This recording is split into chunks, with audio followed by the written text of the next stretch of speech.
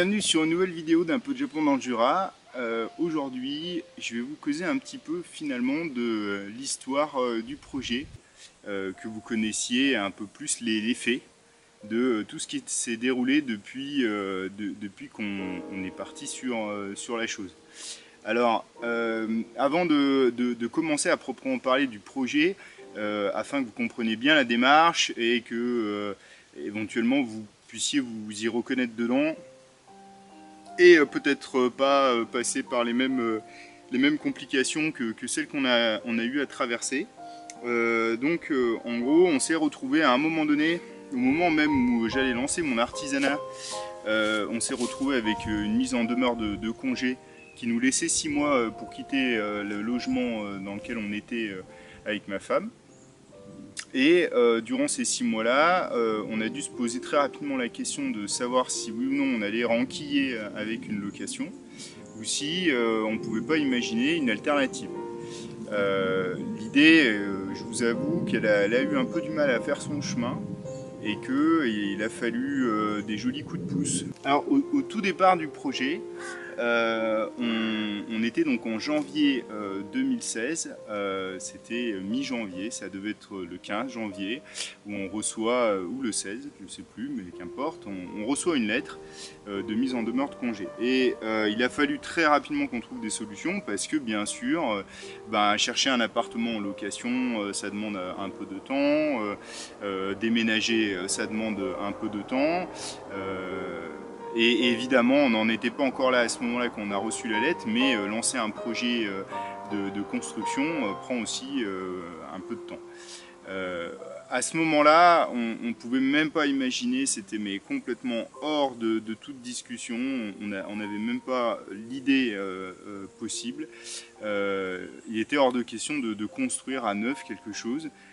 Ça nous semblait impensable, ça nous semblait complètement dingue, inatteignable.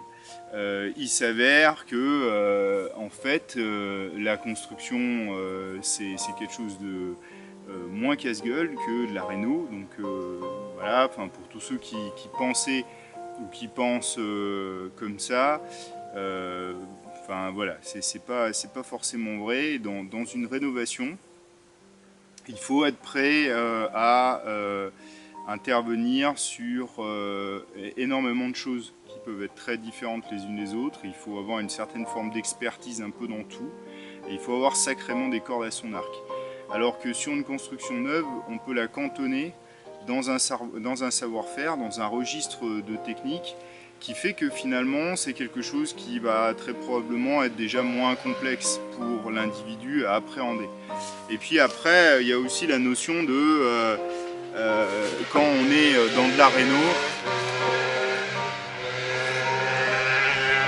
de la réno, bien souvent on achète un bien et ce bien il n'est pas inférieur à nos besoins, à ce qu'on imagine être nos besoins, mais il est souvent supérieur à nos besoins. S'il n'existe pas, il existe très rarement une maison qui fait pile poil la taille de ce que vous voulez avoir, ou un appartement qui fait pile poil la taille de ce que vous souhaitez avoir. Généralement ils sont soit plus petits, soit plus grands. Quand ils sont plus petits, en tout cas autour de moi, il y a peu de gens qui ont fait ce travail-là, de se dire je vais prendre plus petit que ce que je pense être suffisant pour moi. Ce serait une démarche très très sage, bien plus sage que ce qu'on peut imaginer. Aujourd'hui avec ma femme on habite dans moins de 15 mètres carrés et on vit tous les deux dedans. Donc voilà, il faut aussi se défaire de certains préjugés qu'on a dans notre société où 15 mètres carrés c'est une pièce, c'est une chambre. Non, 15 mètres carrés ça peut être plusieurs pièces, ça peut être plusieurs fonctions, ça peut être bien plus que ce qu'on imagine. Mais bon, ne partons pas à côté du sujet, tout ça pour dire que souvent les gens qui font de la réno achètent un bien qui est plus grand que ce qu'ils imaginaient acheter et ils se retrouvent donc avec plus de surface, plus de travaux, il faut avoir une sacrée dose d'expérience pour pouvoir maîtriser son budget sur une rénovation, pile poil. parce qu'on va toujours tomber sur un truc inconnu, sur un truc qu'on n'avait pas vu, et tout peut devenir très urgent dans une rénovation. Enfin, si tout d'un coup vous vous rendez compte que votre charpente est attaquée, il faut réagir, il faut sortir un billet. Si vous vous rendez compte que vos fondations sont instables, il faut réagir. Dans une rénovation vraiment de qualité, ça va vous demander probablement beaucoup plus de réflexion que si vous et beaucoup plus d'expérience et d'expertise et de technique que si vous faites un habitat de A à Z. Et en termes de fric, c'est quelque chose qui vous coûtera probablement plus cher, la rénovation. Alors après, l'avantage de la rénovation, c'est que vous ne vous faites pas chier avec, dans certains cas, avec le permis de construire si vous touchez rien de l'extérieur, si vous modifiez peu ça. Vous avez la possibilité d'avoir des aides par rapport aux isolations et par rapport à certaines choses qui sont quand même plus intéressantes que sur le bâti neuf. C'est un autre deal. C'est un deal qui peut être très très intéressant aussi, mais c'est un autre deal et voilà. Et donc nous, on est parti au départ en janvier, fin janvier 2016. On s'est dit que voilà, c'est décidé, on va faire quelque chose, on va essayer de devenir propriétaire. Et là commence l'aventure que je vais vous raconter.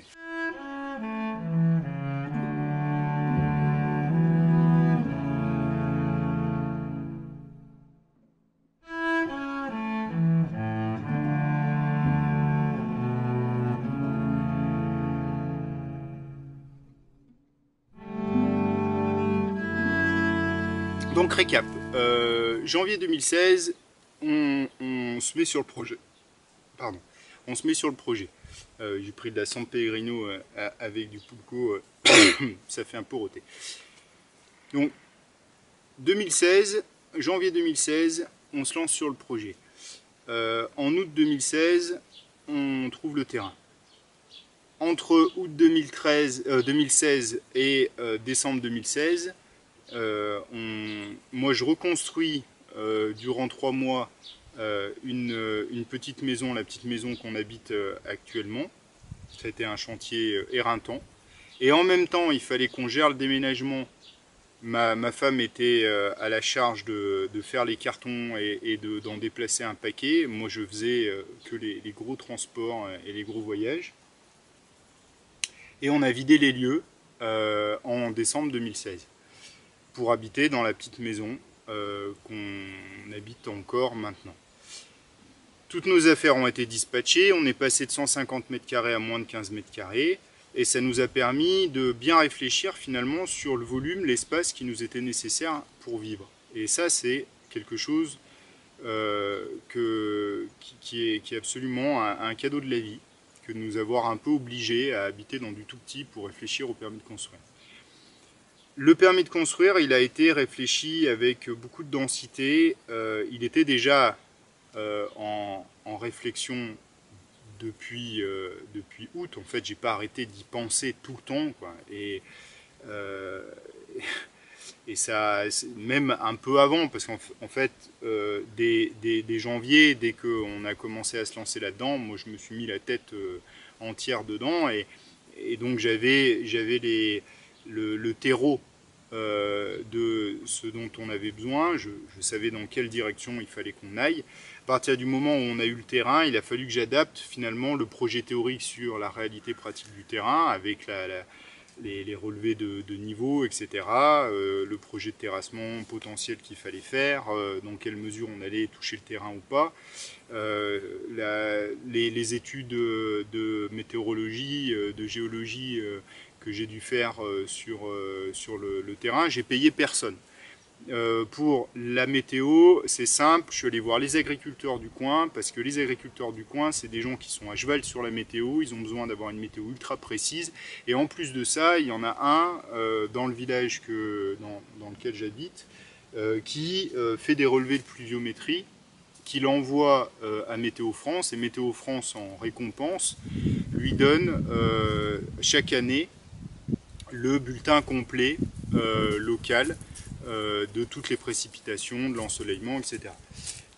Et donc j'ai pu récupérer chez lui ces dossiers-là pour pouvoir avoir une vision précise de ce qui se passait à cet endroit-là de notre région. Pour ce qui est de l'ensoleillement, ben, il existe des logiciels, des cartes. Pour ce qui est de la géologie, Vive Géoportail, c'est vraiment intéressant parce qu'il y a énormément de cartes très différentes les unes des autres. Et puis après, il y a aussi certaines régions qui peuvent faire des études de géologie poussées sur leur territoire, ce qui est le cas dans le Jura, où on a une cartographie de tout ce qui est la nature des sols qui est très précise et qui a été faite il n'y a pas très longtemps. Donc tout ça m'a beaucoup aidé. Après, il a fallu faire des relevés directement sur le terrain parce qu'il y a des arbres qui font des masques solaires, il y a des particularités, un terrain peut avoir été remblayé, ou etc. Donc il a fallu qu'on regarde ça un peu de plus près. Entre août 2016 et février 2017, j'ai pu récupérer tous les relevés dont j'avais besoin et récupérer tous les éléments théoriques de cartographie qui m'étaient nécessaires, y compris au niveau de la sismicité.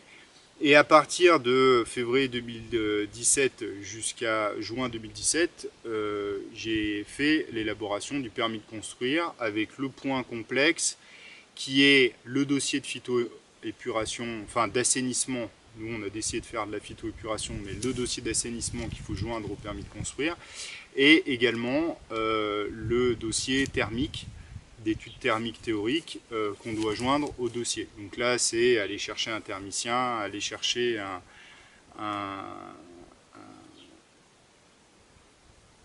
une société qui est agrémentée pour l'assainissement afin d'avoir un des apports au permis de construire qui soit valide et officiel. À partir de juin, j'ai attendu, en faisant des chantiers participatifs, le retour du permis de construire qui avait été déposé. D'ailleurs, j'oublie, mais durant le printemps 2017, je suis également allé au CAUE pour récupérer l'aval, une lettre signée qui allait dans le sens du permis de construire de la part du directeur du CAUE. Donc là, ça a été des entretiens pour pouvoir voir si le projet était soutenable ou pas. Donc pendant les 2 mois d'attente légaux du permis de construire, j'ai fait des chantiers participatifs encore une fois. Et puis j'ai reçu plus rapidement que prévu le retour pour le permis de construire qui a été en fait un refus. Et puis très rapidement, vu que les points du refus étaient finalement très formels, et ça remettait en rien en question le projet en tant que tel, on a pu refaire une demande et avoir celle-ci validée fin août 2017.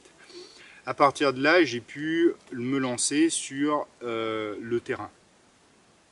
Entre-temps,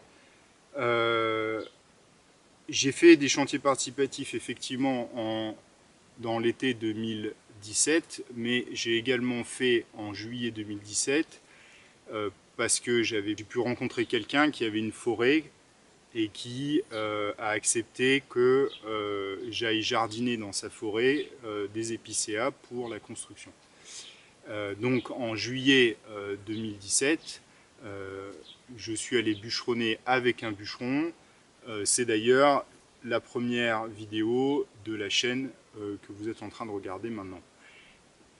À l'époque, je faisais des vidéos qui étaient sans parole, juste du texte et de la musique. Moi, je trouve que c'est les plus belles vidéos en fait de la chaîne, c'est celles-là, parce que elles ont un côté documentaire silencieux que j'aime beaucoup.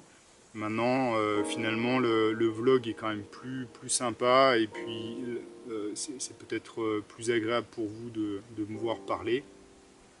Donc j'ai changé la forme de la chaîne après avoir fait ces quelques premières vidéos. En septembre 2017, le débardage des bois a été effectué par un débardeur absolument fantastique et extrêmement sympa, que je remercierai jamais assez pour l'excellent travail qu'il a fait. Et ensuite on a amené ça en scierie. Entre-temps, en septembre, parce que j'étais un peu hyperactif à ce moment-là, on a fait le terrassement du terrain avec un terrassier. J'étais toujours accompagné. Prenez cette leçon-là. Quand vous êtes à deux, vous bossez vite. Quand vous êtes tout seul, vous bossez vraiment plus lentement. Le temps pris par le travail a complètement changé à partir du moment où je me suis retrouvé tout seul. Et c'était pas encore à cette époque-là. Le débardage d'ailleurs, enfin, moi j'avais rien à faire. Donc il s'est fait tout seul. J'ai payé la personne qui a fait le débardage. Le bûcheronnage, j'ai pas fait tomber les bois. Je les ai branchés, j'ai fait les tas, j'ai aidé à la serpe, d'accord, j'ai nettoyé les souches pour préparer le tronçonnage, mais je ne me suis pas occupé du bûcheronnage en tant que tel. J'ai fait le marquage, j'ai fait le cubage, mais voilà, c'est tout. Après, j'ai pas décidé l'endroit exact où on allait faire tomber le bois pour pouvoir être débardé par la suite facilement. Voilà, il y a des choses aussi qui demandent une certaine technique qui ne s'improvisent pas. C'est pareil pour le terrassement. Le terrassement, je l'aurais pu le faire à la pioche et à la pelle, mais j'y serai encore. Là, on a fait ça avec un terrassier professionnel qui a des grosses machines. Et ben voilà, quand on a un brise-roche avec une grosse pelleteuse, ça demande une certaine technique, mais quand on a cette technique-là, on arrive à faire un boulot absolument fantastique en une semaine, quoi. Et c'est ce qui s'est passé. Le terrassement du terrain m'a coûté 10 000 balles et a duré une semaine. Donc après avoir terrassé, après avoir amené les bois dans la scierie, il a fallu que j'aille scier les bois en compagnie du scieur durant l'automne 2017. Et à la fin de l'automne 2017, une fois cela fait, il fallait que je trouve un endroit où commencer à tailler mes bois et les préparer pour l'assemblage que j'avais prévu à cette époque-là pour le printemps 2018. Donc là, il faut s'armer de courage et puis il faut tout simplement y aller un peu au culot. Ce que j'ai fait, je suis allé voir un peu tous les agriculteurs qu'il y avait aux alentours d'Aiguepierre. Et puis, je suis tombé sur une personne fantastique. Encore une fois, c'est énormément de rencontres et de gens vraiment bien. J'ai eu quelques mauvaises rencontres, j'en ai eu deux. Mais même si je réfléchis aux deux rencontres que j'ai un petit peu en travers de la gorge, je les ai en travers de la gorge parce que ces personnes-là sont devenues vénales à mes côtés. Mais d'un point de vue strictement humain et par rapport au projet, elles ont toutes les deux apporté des choses très positives. Et je les remercie pour ça, vraiment. D'ailleurs, j'aurais pas trouvé mes bois si j'avais pas rencontré le charpentier qui par la suite m'a posé quelques problématiques que j'ai dû couper court. Si j'avais pas rencontré le type qui se disait maître d'œuvre et autoconstructeur, même si tout cela peut être regardé avec critique, j'aurais probablement pas eu le courage de faire la maison telle que je la fais actuellement. Parce qu'il m'a soutenu et il m'a montré des exemples de réalisations qui s'approchaient de celles que j'avais en tête et qui étaient des réalisations vraiment chouettes. J'ai fait le tour des agriculteurs qu'il y avait autour d'Aiguepierre et puis à un moment donné je suis tombé sur un agriculteur assez bourru mais extrêmement fin et assez aventurier pour accepter une nouveauté. Lui dans son train-train, normalement les gens qui sont dans leur routine ont vraiment pas envie qu'on les dérange et lui il était dans sa routine et tout, mais il m'a dit écoute, tu vois cette grange elle est remplie de foin, mais j'enlève tant de bottes par jour et ça veut dire qu'à partir de telle date il y a la moitié ou le quart qui est disponible. Le quart, ça correspond à tant de superficie. Et donc, assez rapidement, tu vas pouvoir avoir la place pour pouvoir tailler tes bouts de bois. Et donc, on a fait une logistique qui était un peu contraignante pour lui, qui était un peu contraignante pour moi, et qui nous permettait de travailler tous les deux dans cet endroit, qui était son lieu de stockage, donc il avait besoin d'y aller pour aller récupérer sa paille tous les jours et son foin tous les jours.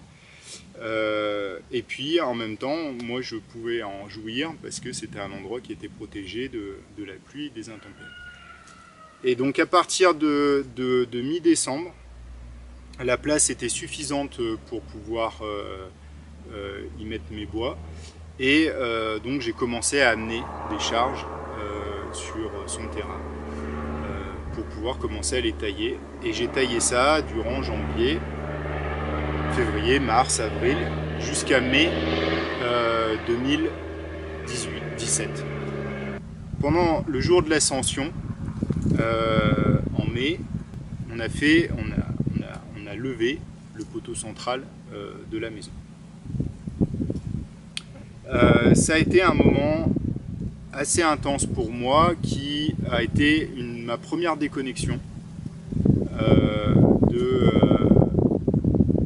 de la tension de travail que j'avais eue jusqu'alors. Là, j'ai commencé à ressentir les premières marques de fatigue très fortes, et le fait que j'étais pas dans ma dynamique, dans une dynamique qui était une dynamique au long cours, que j'étais dans l'épuisement. Au moment du poteau, quand le poteau s'est retrouvé debout, c'était quelque chose de très fort pour moi, c'était quelque chose de très symbolique. 9 mètres de bois de 250 mm par 250 mm, érigé, boulonné, fixé à l'endroit que j'avais décidé, à la hauteur que j'avais décidé. Ce poteau central, cette âme de la maison qui était là debout devant moi, et ben, ce jour-là, j'avais des gens qui étaient là pour m'aider à assembler les premières pièces. Et j'ai pas su prendre le temps. J'ai pas su prendre le temps et leur demander de trinquer à cette étape-là. Et je me suis laissé porter par cette affaire d'excitation qui était menée par certains qui voulaient absolument taffer. On n'est pas là pour rigoler, on est là pour taffer, Ils voulaient absolument taffer, quoi, comme on fait dans notre société, où on ne prend pas le temps de regarder les choses qui sont symboliques, prendre le temps de regarder les choses qui ont du sens, et où il faut faire du rendement. Et ils avaient cette inertie de rendement que j'ai aussi parfois. Et là, il y a eu un décalage. C'était une journée, un chantier participatif complètement raté de ma part. Certaines personnes, enfin une personne en particulier, me l'a très fortement reproché. Et en plus de ça, il m'a notifié le fait que dans ces conditions-là, il ne pouvait pas travailler avec moi, il ne pouvait pas me donner d'autres coups de main si c'était des coups de main qui allaient se passer de cette façon-là. Et il m'a mis en garde parce que ça l'a amené à penser que mon projet allait probablement au casse-pipe. À ce moment-là, je n'avais pas le recul nécessaire pour me rendre compte de tout ce qui avait été fait jusqu'à présent. Là maintenant, vous avez l'histoire, vous vous rendez bien compte que j'aurais jamais pu faire les choses plus rapidement. Au contraire, c'est même allé très très très vite. Mais à ce moment-là, j'ai commencé à voir les choses vraiment de manière très très pessimiste.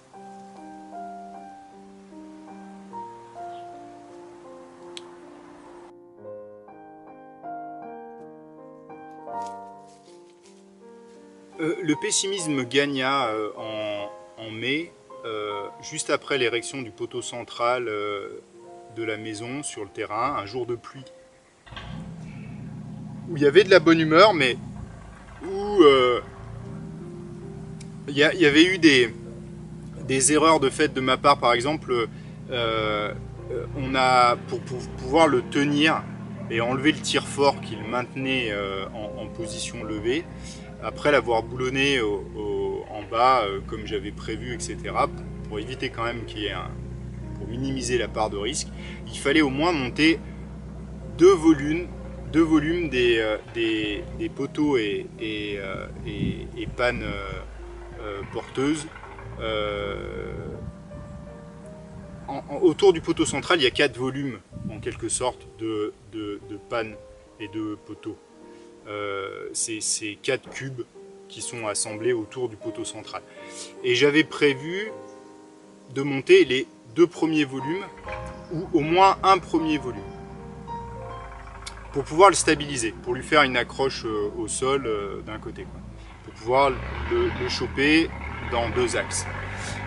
Et pour pouvoir monter ce volume-là, il fallait avoir 2 et 2, 4 et 4, 8 solives et 3 poteaux. J'avais taillé les 3 poteaux, j'avais préparé les 3 poteaux, et puis j'avais taillé, je croyais avoir taillé les 8 solives. Mais en fait, j'avais pas taillé les 8 solives, j'avais taillé 8 solives, mais la 8e solive était pour un autre endroit. C'était une autre mesure, parce que la pièce était plus petite, et pour pas gâcher du bois, pour pas faire des chutes énormes, j'étais tombé, en fait, à un moment donné, je coupais les pannes que j'avais fait en scierie en 2, et j'avais une petite et une grande, et il me fallait une grande, et il me restait qu'une chute d'une petite, que j'avais taillée parce que je croyais avoir le temps, et j'avais pas taillé la 8e. Et donc il a fallu tailler à la va-vite sur le terrain la 8e solive, et ça a créé un froid entre une des personnes qui étaient là et moi-même, entre autres, parce qu'il a estimé que j'avais très mal préparé mon chantier, et que si je continuais comme ça risquait de partir au casse-pied. À partir de là, j'ai commencé à avoir un gros coup de mou qui a été assez dur à vivre, et je me suis quand même efforcé jusqu'en août de monter les 3 autres volumes qui restaient à monter. Ces 3 autres volumes ont été assemblés, et fin août, toute la base porteuse de la maison était posée. Il a fallu ensuite couvrir, protéger de la pluie en mettant des grandes bâches qui ont été une vraie connerie. Il s'avère que j'aurais mieux fait de juste protéger la tête des poteaux plutôt que mettre des grandes bâches, prendre des risques à aller faire des accroches en hauteur complètement folles, etc. etc.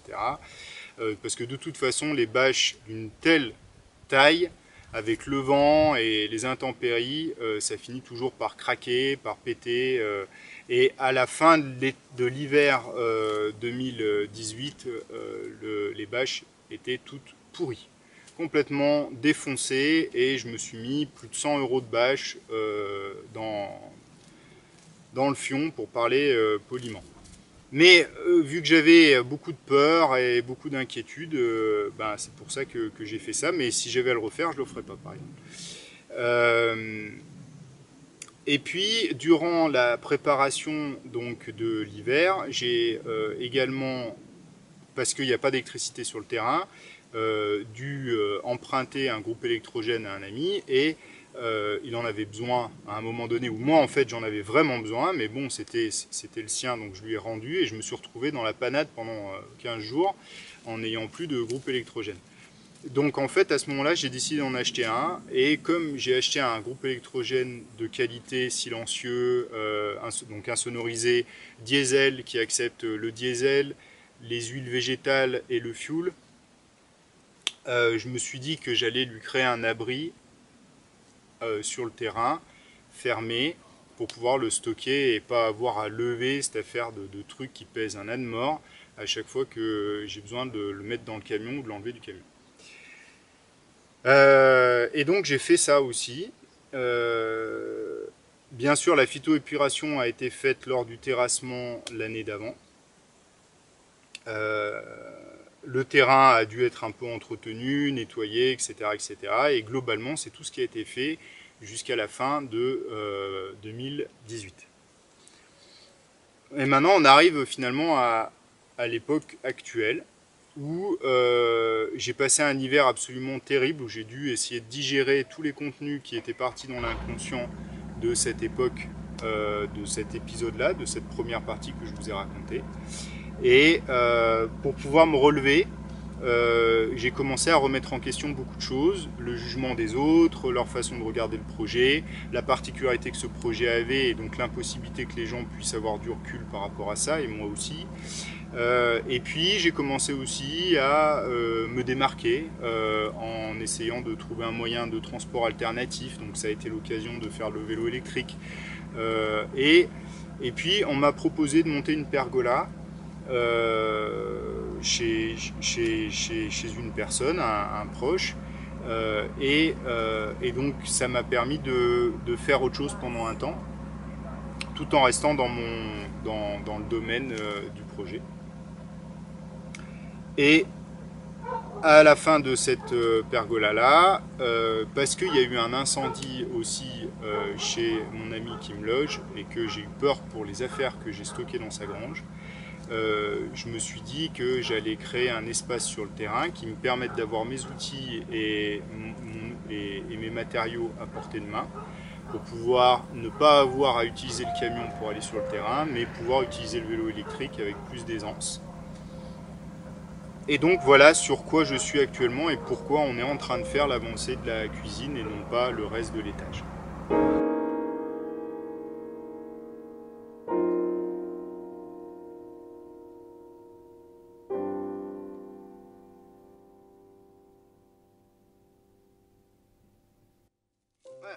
Ah, si vous me posez la question, mais avec tout ce que tu es en train de nous raconter, tout ça, si tu avais à refaire le même cirque, au moment où tu es en face, encore non attaché, en face du terrain, en face de la possibilité de te lancer ou pas dans le truc, avant même de déposer le permis de construire, est-ce que tu referais la même chose ou pas, quoi? Eh ben, en fait, j'aurais vachement plus les fois que j'ai pu avoir des craintes à l'époque.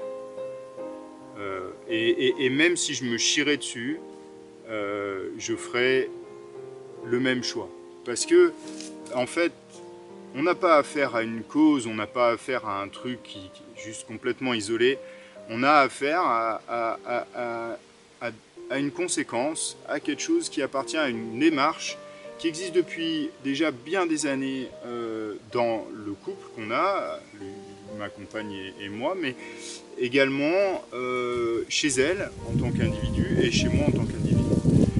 Et dans ce projet, on se retrouve en face d'une épreuve qui juste est faite sur mesure. C'est du sur mesure. On ne peut pas cracher là-dessus. On ne peut pas dire ah ben non, en fait, on est obligé de s'engager. On est obligé de dire ok, c'est bon, j'accepte le deal.